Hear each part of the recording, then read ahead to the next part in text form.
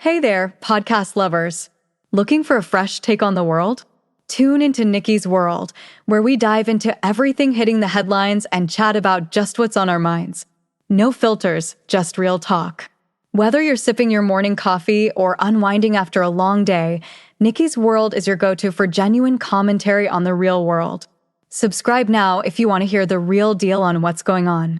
Join the conversation on Nikki's World, where every episode feels like catching up with an old friend. Don't miss out. What's up, y'all? Let's do this.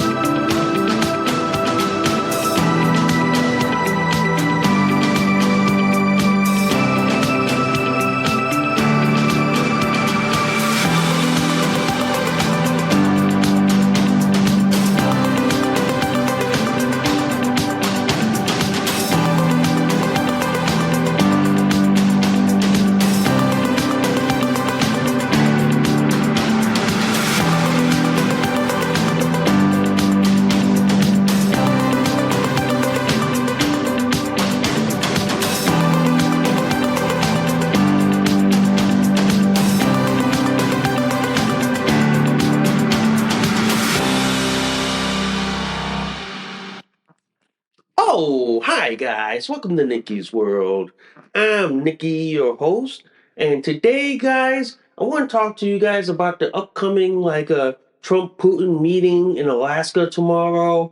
We got to talk about the European Union, the left, and Ukraine having a meltdown over the upcoming meeting tomorrow. And I got so many stories and so much more to talk about. But before we go any further, guys, if you guys love Nikki's World so much, seriously, y'all, can y'all please consider donating a cup of coffee for me? Because for the price of a cup of coffee at Starbucks, Dunkin' Donuts, and Cumberland Farms, guys, you guys help keep this podcast show alive. You guys help me curate more stories, more topics like this to talk about. I do accept Bitcoin donations. I am on Ko-fi, guys. If you guys want to support, sponsor, donate, and tip to Nikki's World. If you guys love Nikki's World so much, seriously, y'all, please hit that like, subscribe, please give me a review. Good, bad, and the ugly. Also, guys, I do have a bunch of affiliate links. First off is Minds.com. Minds.com is a Connecticut based social media platform. They are an awesome alternative to Facebook.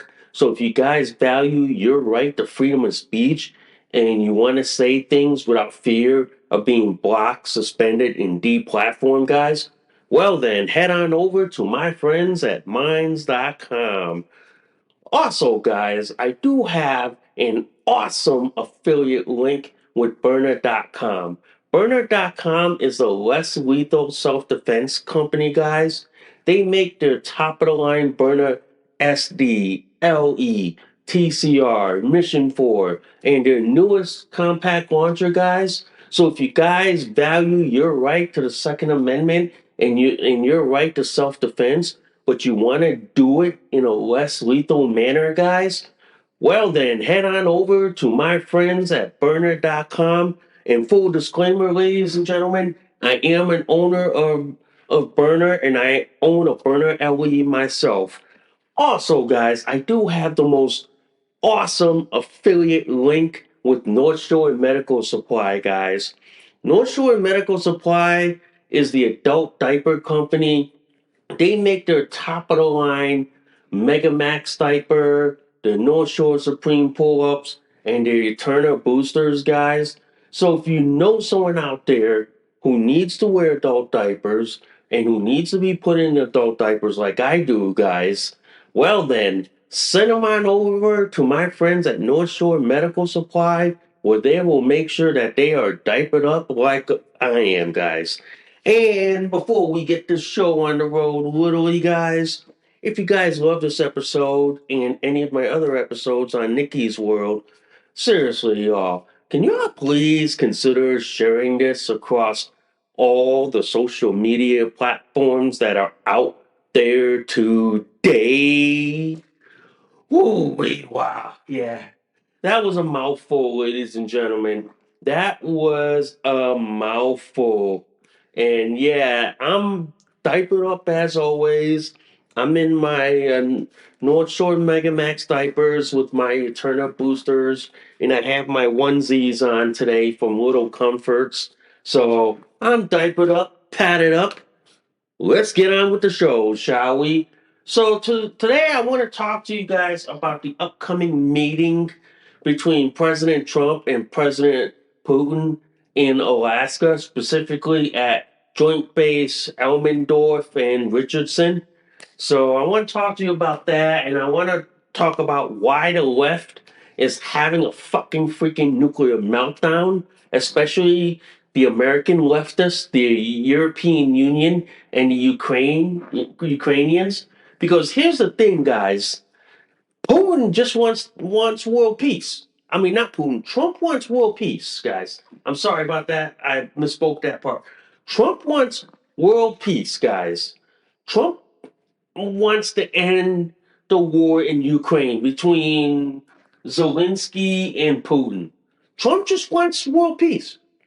But the left thinks that Trump is Putin's patsy, Putin's like friend and all that. No, Trump just wants to end conflicts. Trump just wants to end the war, bring world peace, bring stability in on this planet. The fact that the left thinks that Trump wants to help Putin like continue the war. No, he doesn't. And the left, the European Union, and the Ukrainians are all pissed that Trump is meeting with Vladimir Putin in Alaska. You know, this sort of reminds me like in the 1980s, like 40 years ago, when Ronald Reagan met with Gorbachev in Iceland. The one thing the left, the lunatic leftists, the the European Union and the Ukrainians don't fucking understand is diplomacy. They don't understand that if you want to stop a conflict, you got to talk to the other side. You got to mediate. You got to basically talk to both sides and come up with a solution. And come up with a viable solution to end the conflict. Look, for example, the Thai Cambodia border dispute. Trump ended that real quick. Trump said like this: if you guys don't end this conflict, I'm going to raise your tariffs so high that that'll bankrupt you all. So as a result, Cambodia and Thailand said, okay, we don't want our tariffs to go sky high with America, so we're going to end the conflict and we're going to negotiate. That's the same thing that Trump is doing with Putin and Zelensky. It's all about diplomacy. It's all about trying to end a conflict. But the left, the European Union, and Ukraine, they want to continue this dog and pony show. They want to continue this fight because this fight is bankrolling them. This fight is bankrolling their money laundering operation. This fight is bankrolling their their economy. Yeah. And then if the war is ended or there's a truce, there's no conflict. Nobody's making money. And Trump is sitting there saying like this, look, we got to end this conflict. I didn't want this conflict in the first place. And I totally agree. We should have gotten out. We should have said, not our war, not our fight. We're getting out, but we're going to end this. We're going to say, no more. We don't want this war. We don't want this fight. We don't want this conflict. But the fact that the left, the European Union, and Ukraine, they want that piggy bank rolling. They want that piggy bank to continue to roll because you know why? They want to be able to fund their money laundering operation. They wanted to be able to fund their economy because the Europeans' economy is failing like dismal. And what better way to fund their economy is to prop up a war and then fund their failing military industrial complex. But Putin, on the other hand, he sees the reason why he went to war. I'm not going to say what he did was wrong. I'm just going to say like this: look, he wants to end the conflict. Trump wants to end it, but Zelensky, the European Union, and the lunatic leftists and Ukrainians, they want to continue with this shit. I would, if I was Mr. Trump, I would go like this to the European Union and the Ukrainians and say, "You want to continue this fight? You're on your own, bitch. You do it yourself. We're not funding your fight anymore. You want to continue funding go to fight the Russians? You go right ahead. We're just gonna go like this. No more military gear. No more monetary aid. Bye, gone. You want the Ukrainians want military aid and funding? Go ask the Europeans. Go beg the Europeans to fund it. Go ahead. Let's see how strong the European military is. Let's see how willing the European military is in continuing this like wag the dog shit. I have to say like this. I certainly agree with like Putin saying like, yeah, NATO should not be on Russia's doorstep. But the only way we would guarantee that is to make sure like this: any country that joins NATO on the Russian doorstep don't can't go to war. You can't. You have to. We will guarantee you NATO security, but you can't fire a shot in Russian territory. You fire a shot in Russian territory, yo, you're on your own. You're on your own on this one, and we're just going to be sitting back and watching the whole shit show go down. That's why it's like this. As an American, I don't believe we should fund Ukraine. I don't believe we should arm Ukraine. We should stop arms shipment to Ukraine right then and there and say to Ukraine, you're on your own, bitch. You want to fight Russia? Do it by yourself. You're not getting help from America anymore. You're not getting aid or help from America anymore. Why don't you go beg to the French, the British, the Germans to help you? Why don't you go beg them? Don't beg for America. We're just going to slam the door like this. Boom, right in your face.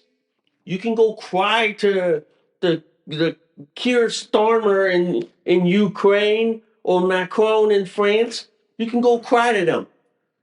I would be like this to Putin. Let's make a peace treaty deal. We'll let you have this territory. We'll tell the Ukrainians no more. We're dividing that. We're gonna turn that territory into like a DMZ. That means you can't cross the 50-mile DMZ zone. It's called a demilitarized zone. That means whatever territory Russia got in the 3 year conflict, that's theirs.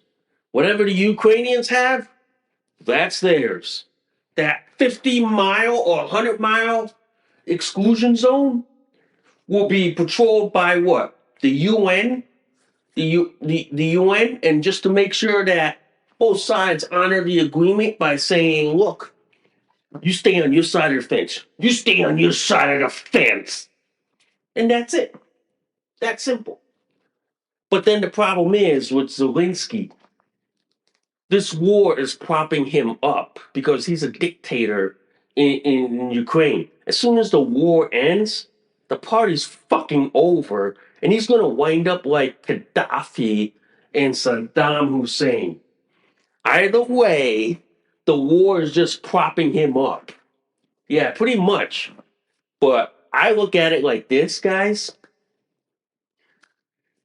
Whatever deal Trump gets from Putin out of out of the conference in Alaska, I hope it's a good one.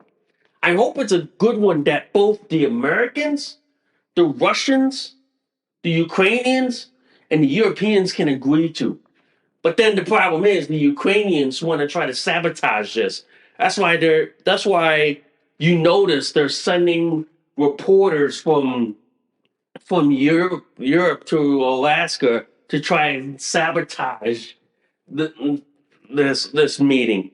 They're trying to sabotage this, but we're catching on to this. We in America are catching on to this and going like this. Hey, European Union, nice try, bitch. Next time you want to try to sabotage something, do it covertly instead of overtly. Because we all know what you're trying to do here. And maybe Trump should raise tariffs on the European Union for that. Maybe he should. He should say like this at the press conference tomorrow, say, well, since the European Union was trying to sabotage this meeting between me and Putin, guess what? Tariffs are going up on the European Union. Tariffs are going up on the UK and in France and in Germany. I want to see how the European Union responds to that shit. Because I know the European Union, they'll probably have like what?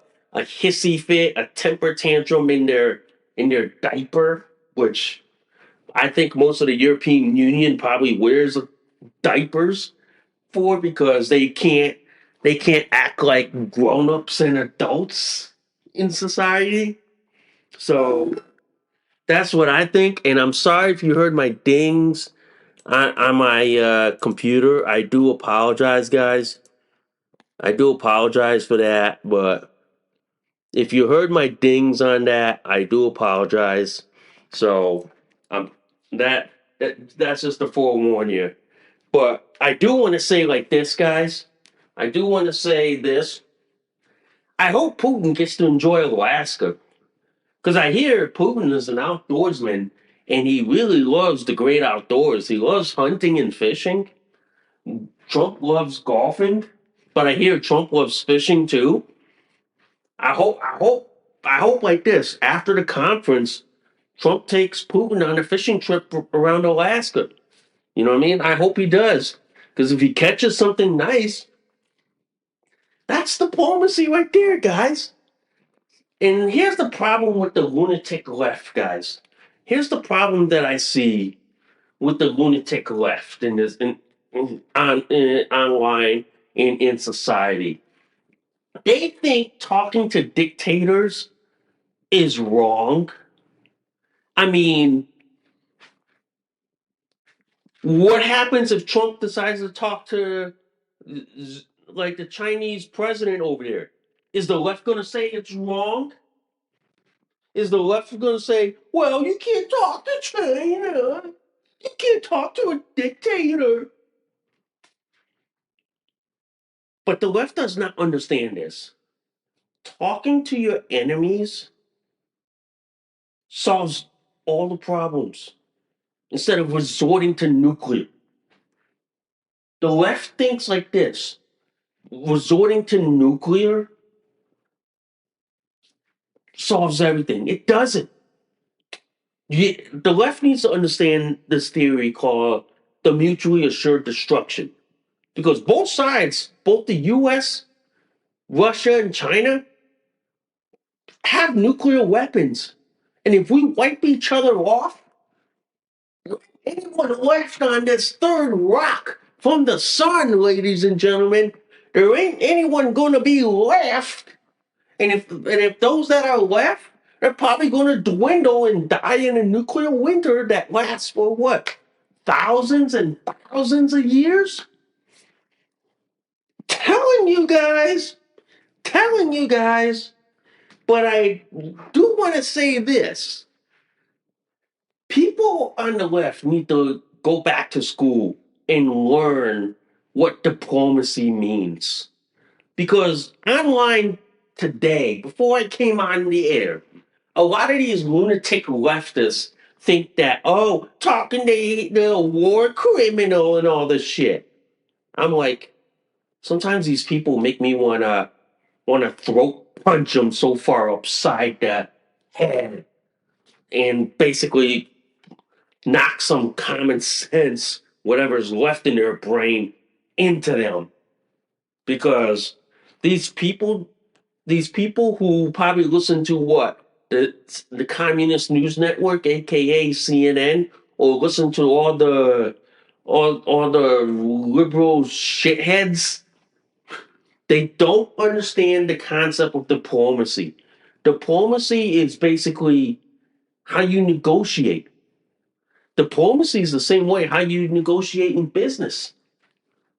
Yeah, mind you. This is why the left never understands this concept. And they never fucking will.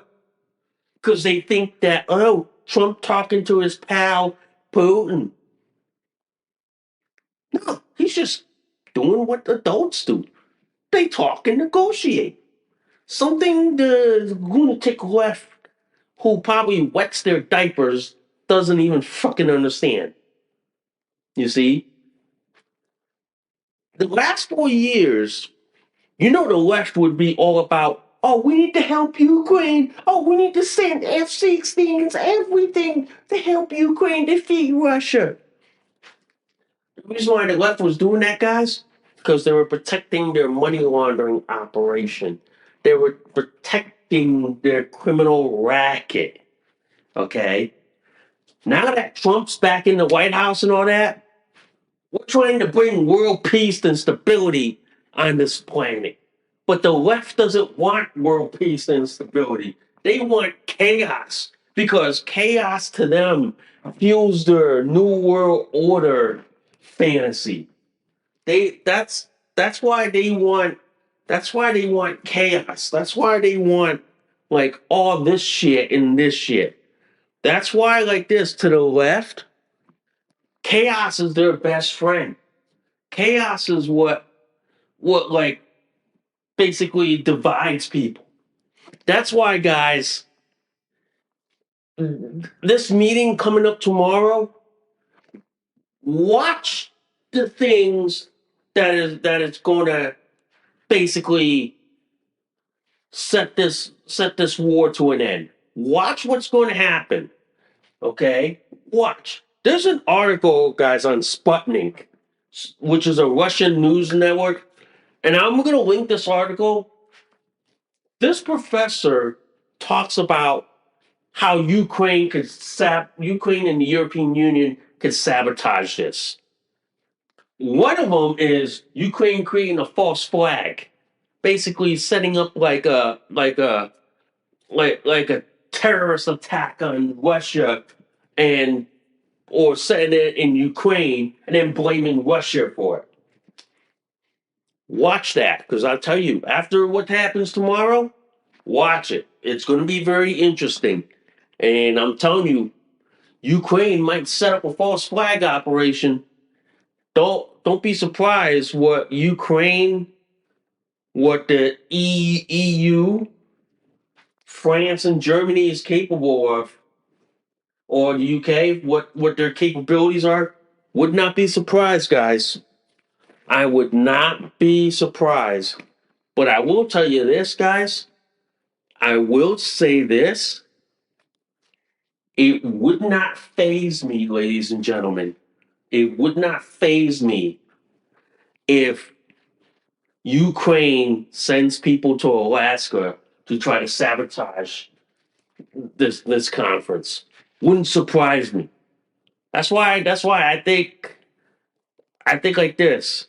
Trump Trump is a genius setting up this like meeting with Putin in Alaska. It's so remote, so far away that the libs wouldn't be able to make it to Alaska.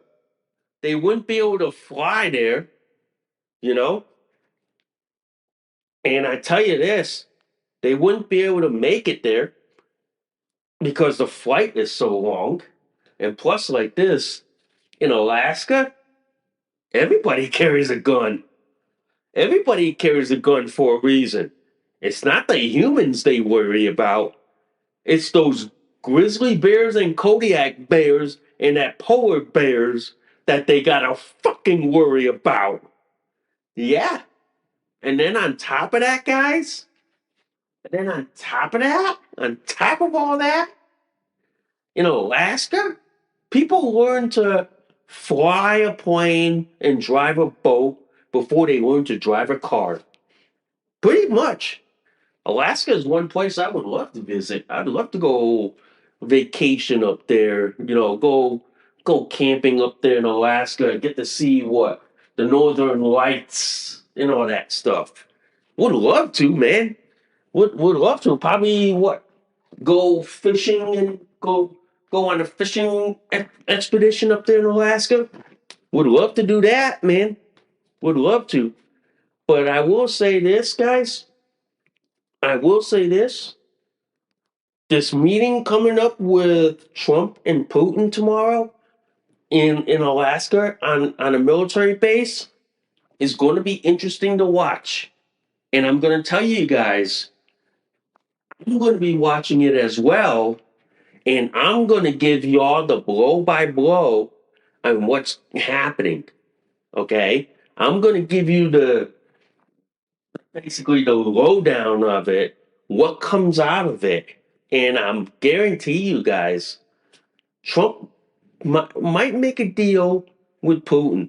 Trump might make a deal, make some concessions, and then probably what happens out of that meeting, he'll probably tell Europe and say, "Look, let's make a deal. Let's end this shit, okay? And let's end the conflict." That's all Trump wants to do. And you got to remember, like Trump said, this is not his war.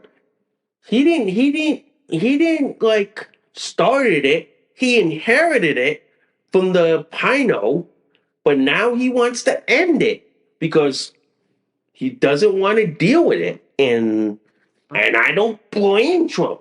But the problem is the left, the European Union, UK, France, and Germany, they all want to continue with this conflict because it drives their economy. It drives their piggy bank, okay? It really does. But I'm gonna tell you guys this, man, that like this.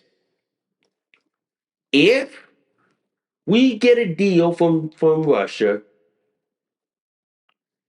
Trump should be nominated for the Nobel Peace Prize. If Trump ends conflicts around the world, he should be given a Nobel Peace Prize. And on top of that, guys, there should be an aircraft carrier named after President Trump. I can see a Gerald Ford class carrier named after him, like the USS Donald Trump. I could see that. And I'll bet you how many MAGA parents would love to have their kids join the United States Navy and to be able to serve on a potential aircraft carrier named after Donald Trump. Wouldn't surprise me. Wouldn't surprise me. And nothing will ever surprise me, guys. Nothing will. But I do know this, guys. The meeting between Putin and Trump is going to be interesting to watch. And also, guys, watch the reaction of the leftists, the European Union, Ukraine, France, Germany, in the UK. Watch and gauge the reaction from this conference tomorrow. How they react is how you should respond as well. Okay? Pretty much, guys. How they react is how you should respond to it as well. Wow. Anyway, I do want to talk about these three articles, okay? What do like the UK, Canada all have in common, guys? Besides them being Commonwealth realms and besides being part of the UK Commonwealth system, what do they both have in common, ladies and gentlemen? Tell me. They all hate freedom of speech. They all hate freedom of the press. They all want to be dictators and authoritarian thugs that they love to accuse Trump of doing all the time. They really do. I got three articles here that I want to talk to you about, and they come from the Daily Signal, reclaimthenet.org, and the Federalist. First up, guys, from the Daily Signal. State Department accuses UK of free speech violation. Read you the headline. The Trump administration is accusing the United Kingdom of a number of human rights abuses in negative human rights report card for the birthplace of Magna Carta and the modern parliamentary system. In its annual human rights report for 2024 released on Monday, the US State Department lists specific areas of concern in the UK. Quote, the human rights situation worsened in the UK during the year. The report begins significant human rights issues, including credible reports of serious restrictions on freedom of expression, including enforcement of or threat of criminal or civil law in order to limit expression, crimes, violence, and or threats of violence motivated by anti-Semitism. Basically, it's like this. In the UK, ladies and gentlemen, they have no freedom of speech. They have no freedom of the press. So if you report things in the UK about what the police are doing, they send you to jail for 2 years. They really do. If you report a story in the UK about their illegal immigrants that they're importing and how their illegal immigrants in the UK are rape, robbing, pillaging their own citizens, UK government sends you to jail for 2 years. If you post a meme about what's going on in the UK, they send you to jail. Basically, it's like this. The UK is being run by what we would call the leftists in the UK is what they call the Labour government. Okay? The UK has become so authoritarian, okay, that they make China blush. They make China go like this. Oh, damn. I thought we were bad. It looks like what UK is doing is makes us look like chumps. Yeah. But the fact of the matter is like this. The UK is anti-freedom of speech, anti-freedom of press, and anti-freedom of expression. Give you an example. In July, a man was jailed and handed an 8-week sentence for posting a meme suggesting a link between migrants and knife crime. Reads the report section on censorship. And then in October, an individual was convicted in England for engaging in silent prayer in violation of safe zone. So basically, it's like this. The UK hates freedom of speech. They hate freedom of expression. And this is something the left wants to try to import into America, but thank God for President Trump, we are stopping it right then and there. We are stopping it right then and there. But I will tell you this, guys, that report from the State Department on Monday highlights the fact that UK, you can't even speak your mind. You can't even say stuff freely. I know many times, guys, I've had people in the UK try to sick their law enforcement on me. They try to have me arrested and all that shit, saying, oh, it's a violation of my law. But then when they find out that I'm an American, I live in the United States of America, that stops them cold. They they they tell him you can't. My country, my laws.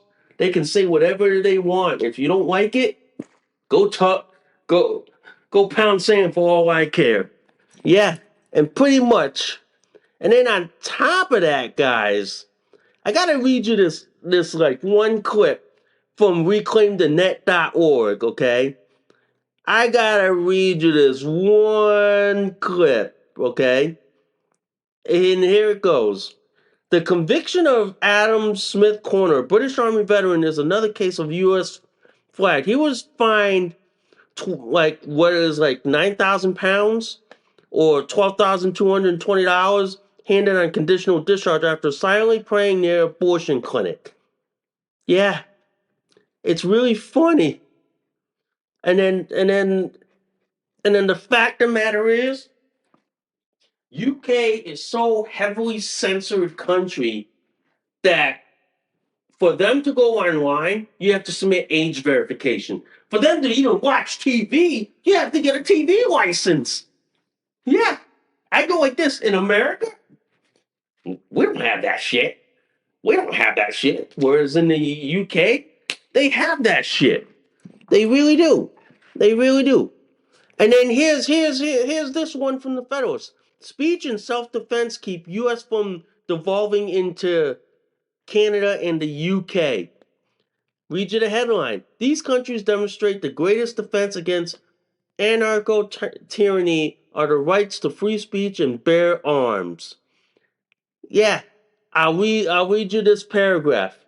The first was in Nova Scotia, Canada, where the provincial government has prohibited people from entering any forest because of a prolonged drought, increasing the risk of forest fire. Given that Nova Scotia is essentially one big forest, nearly 75% of the whole province, this law amounts to an indefinite lockdown for residents. One bold Canadian, Jeff Everly, tested the new law and received a fine of 25,000 Canadian dollars, far worse than 200 hours of community service sentence to an actual arsonist in another province of Canada 2 months ago. This is why, ladies and gentlemen, Canada and the UK are bastions of liberalism. They are so authoritarian, so anarcho tyranny that they make America look sane. It's like in Canada, in Nova Scotia, which is what, 600 miles away from where I live, they will fine you 225,000 Canadian dollars just just because you walk into a forest because they want to prevent what they call, oh, it's a forest fire. It's a drought season. Oh, there might be a forest fire, so let's block people and fine people for walking into a forest. But then the problem was that forest fire that happened in Canada didn't happen in Nova Scotia. Happened somewhere in the middle of Canada. But these dumb fucking liberals in Nova Scotia, which is a provincial, like, or what we call a state over there within the country of Canada, wanted to punish people. This is why I tell people, ladies and gentlemen, liberalism is worse than the COVID pandemic. Liberalism is the biggest threat to the human race on this planet. The fact that liberals want to be so authoritarian and accuse you of the very things that they're doing. It blows my mind, ladies and gentlemen. As I'm sitting here in my diaper in onesie. It blows my mind that these people can be so stupid and so dumb in their thinking. It blows my mind that these people, I don't know what the hell were they eating, drinking, or snorting, whatever it is, stay the fuck away from it. Stay the fuck away from it. But the fact that, like, in Canada, that they're willing to fine you 25,000 Canadian dollars just because you walk into a forest, and just because they want to prevent a forest fire that happened in another part of Canada and didn't happen to them in their neighborhood. This is why I tell people liberalism is a mental disorder. Liberalism is simply a mental illness that makes bipolar, schizophrenics, and manic depressed people look normal. It pretty much is, guys. It pretty much is. But this is why I tell people, and I tell people this: liberals are the most mentally insane people on earth. Pretty much, guys. Pretty much. Anyway, before we end the show today, I want to talk about these two articles, okay? One from Zero Hedge and one from the Hartford Current. From Zero Hedge, red or blue, AI is coming for you. And this was done by and this is done by, ladies and gentlemen, by Tyler Duran, okay? And read you the gist of the article. Is artificial intelligence coming for your job? It may depend on who you voted for in the 2024 election. If you voted for Donald Trump, your job's likely safe. If you voted for Kamala Harris, you have a reason to be concerned. Okay? Here's the thing, and I talk about this, guys. Artificial intelligence is here. In the next 10 years, ladies and gentlemen, in the next 10 years, from 2025 to 2035 and beyond, artificial intelligence, chat GPT, machine learning, they're going to kill a lot of jobs in this country. A lot of jobs nowadays that used to be done with manual and skilled labor. I'm telling you this right now. In 10, 15 years, AI, ChatGPT, machine learning, they're going to take over.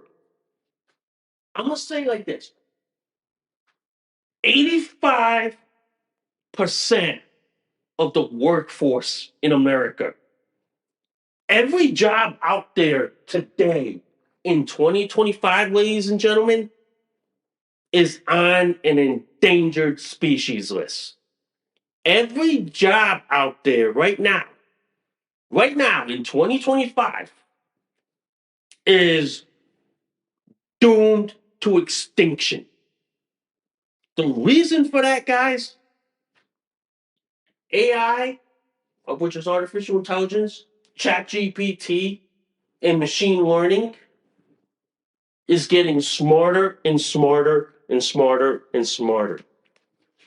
There are people who are predicting that by 2035, a lot of jobs are going to be taken over by, let's say this again, artificial intelligence, chat GPT, machine learning, and robotics. Everything that you do now in the next 10, 15 years is going to be done by those four things. Such as, for example, Tesla has that what? full supervised self-driving cars in, let's say, 2035, 2040. It's going to be mainstream. It's going to be the norm. All the jobs that used to be done manually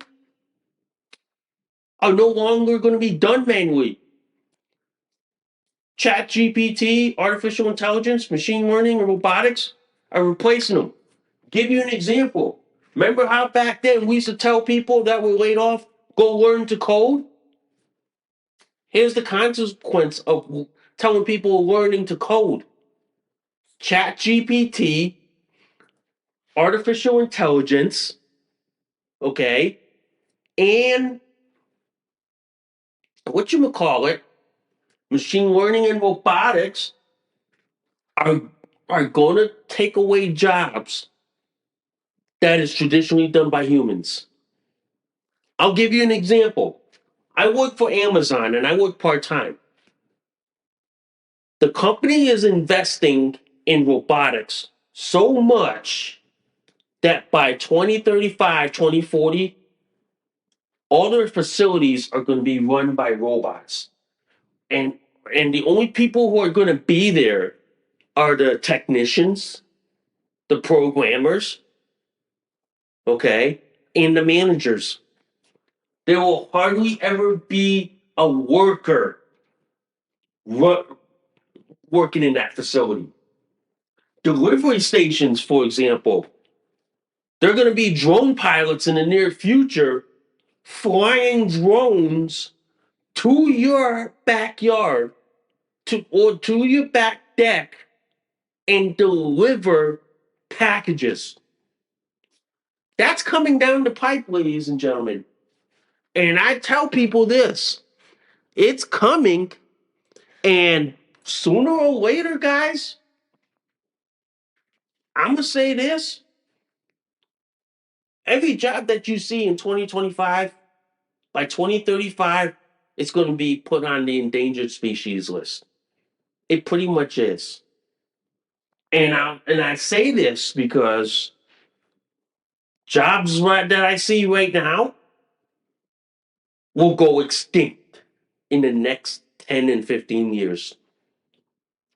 So for parents who have kids right now who are in what? I'm gonna say like elementary school, start prepping them for future jobs that are in like chat GPT, that are in machine learning, artificial intelligence, like that. Because and robotics, because that's all going to be infused in society when 2040 hits. That's all that it's going to be infused. Give you an example of this, guys. I'll read you this from the Hartford Courant. AI use at UConn Health is flagging abnormalities in patients. It's helping doctors save lives. Read you the first paragraph. Artificial intelligence reviewing CT scans of UConn Health patient in her 20s battling pneumonia identified a small abnormal area resulting in an uncommon early cancer diagnosis. The cross country track and field athlete said that early diagnosis allowed her to continue to be active in her sport. Okay? So basically, I'm going to say this. In the next 10 and 15 years, what you see at UConn Health is an example of what's coming down the pipe in the future. That means, for example, it doesn't have to rely on a bunch of nurses and assistants to pre-screen people for cancer like this. All the doctor has to do is feed the machine learning, chat GPT, and artificial intelligence about the patient, and they will catch any abnormalities before even the doctor sees it down the road and say, and ChatGPT and AI will say to the doc, hey, we're flagging this because this could be cancerous and we want you to investigate it. That's coming down the pipe. A lot of healthcare providers, especially what? Social workers, doctors, nurses, PAs, and nurse practitioners, radiologists, pharmacists, and all of that is about to change for them because with ChatGPT, artificial intelligence, machine learning and robotics, they're about to change the profession. And they're probably going to change it to the level of Star Wars and Star Trek. That pretty soon, one day, one doctor is going to be in that one doctor and about like what, 4 or 5 nurses with what, a tablet with being able to look up what patient information on a tablet and then asking ChatGPT like questions about the patient and any issues that or having ChatGPT read the radiology or x-ray to the point where it'll help the radiologist flag the ones that the radiologist needs to see and the ones that can be sent to like the PCP or to the nurse. Telling you, man, I'm telling you, that's the future coming down the pipe. A lot of people are saying, "Oh, that's scary. Oh, that's creepy. That's like this and this and this and this." But I am telling you this, guys. It is coming down the pipe. It is basically a scary prospect in the future. It is. And that's why I tell people at my age right now, I'm 49 years old.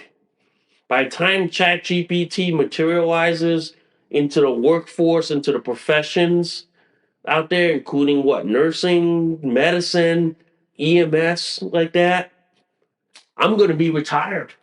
I'm going to be sitting in what, some like senior housing complex or some like assisted living facility and then watching what ChatGPT, AI, robotics, like monitoring people and even alerting nurses and doctors to say, "Hey, your patient might have a problem like this. We notice an abnormal heart rhythm.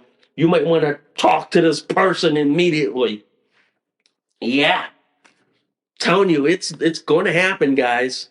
It's going to happen, and I'm telling you, man, as someone who's an EMT myself, I see the day where like Chat GPT, like artificial intelligence, can help me like treat and diagnose patients and say, hey, I have like for example, I have a 2 car MVA. One guy has this set of vitals, this set of vitals. What's my course of action and plan that I should be doing? It is coming. It is coming. And I'm telling you, man, there's going to be a day that Chat GPT and artificial intelligence takes over certain professions. It is, guys. It really is. Wow. Damn, man. That was a good long show. That was a good long show. And I do apologize in advance if you heard my phone going off or if you heard the dings going off on my email. I do apologize in advance. I forgot to turn those off. So I do want to apologize in advance, guys, okay? So, anyway, guys, I thank you guys for listening to Nikki's World. I'm Nikki, your host. I gotta go do a diaper change because I know I probably pooped in my diaper and I do need a diaper change now. So I will see y'all soon.